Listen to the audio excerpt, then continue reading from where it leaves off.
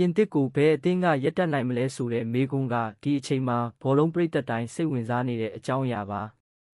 လက်ရှိပြင်သစ်အသင်းကတဦးချင်းအရေးသွေးအမြန်နှုန်းနီးဗျူဟာပိုင်းနဲ့အတွေ့အကြုံအရကမ္ဘာအကောင်းဆုံးအသင်းတွေကတသင်းဖြစ်နေပါတယ်ဒါပေမဲ့ဘယ်အသင်းမဆိုအားနည်းချက်တော့ရှိပါတယ်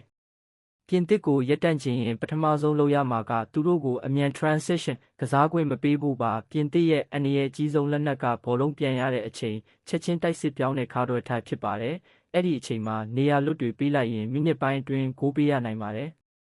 ဒုတိယအချက်က midfield ကိုထိန်းချုပ်နိုင်ရပါမယ်ပြင်သစ်ကအလဲတန်းကနေပွဲရဲ့ tempo ကိုထိန်းနိုင်တဲ့အသင်းဖြစ်လို့ pressing ကိုစနစ်တကျလုပ်ပြီး passing lane တွေကိုပိတ်ထားနိုင်ရင်သူတို့ရဲ့တိုက်စစ်အရှိန်လျော့ကျသွားနိုင်ပါတယ်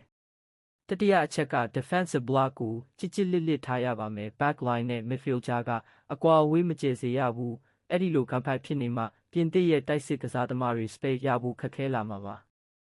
ဒါပေမဲ့တစ်ဖက်မှာလည်းအပြည့်အဝခံကစားရုံနဲ့မရပါဘူးဘောလုံးရတဲ့အချိန်မှာတော့လျင်မြန်တဲ့ counter attack ပြန်ထိုးနိုင်ရပါမယ်ပြင်သစ်ရဲ့ fullback တွေပေါ်တက်တဲ့အချိန်နောက်ကျောနေရာတွေကိုအသုံးချနိုင်ရင်အခွင့်အရေးရနိုင်ပါတယ်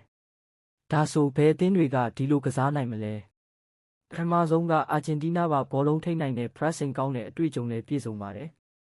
ဒုတိယကစပိန် possession နဲ့ပွဲကိုထိန်းပြီးပြင်သစ်ရဲ့အမြန်ကစားပုံကိုနှေးသွားအောင်လုပ်နိုင်ပါတယ်တတိယကပေါ်တူဂီတိုက်စစ်အင်အားရှိသလိုခန်းစစ်လဲစီကန်းရှိပြီး counter attack အရမ်းမြန်တဲ့အသင်းမှာဘရာဇီးကလည်းတဦးချင်းစွမ်းရည်မြင့်တဲ့အသင်းဖြစ်လို့ပွဲကြီးတွေမှာဘယ်အသင်းကိုမဆိုဒုက္ခပေးနိုင်ပါတယ်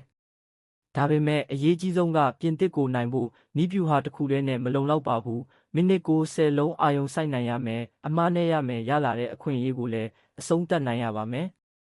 အခုလက်ရှိအနေအထားမှာပြင်သစ်ဟာဖလားရနိုင်တဲ့အကြီးဆုံးရေပန်းစားအသင်းတွေကတသင်းဖြစ်နေသေးပါဒါပေမဲ့ဘောလုံးလောကမှာအနိုင်ရှုံးကိုဆုံးဖြတ်ပေးတာနာမည်မဟုတ်ပဲကွင်းထဲကမိနစ်60ရဲ့စွမ်းဆောင်ရည်ပဲဖြစ်ပါတယ်ဒါဆိုမင်းတို့အမြင်မှာပြင်သစ်ကိုအမှန်တကယ်ရပ်တန့်နိုင်မဲ့အသင်းကဘယ်အသင်းလဲခန့်မှန်းချက်တွေကိုရေးခဲ့ပါဦး like follow လုပ်ခဲ့ပေးကြပါဦးဗျ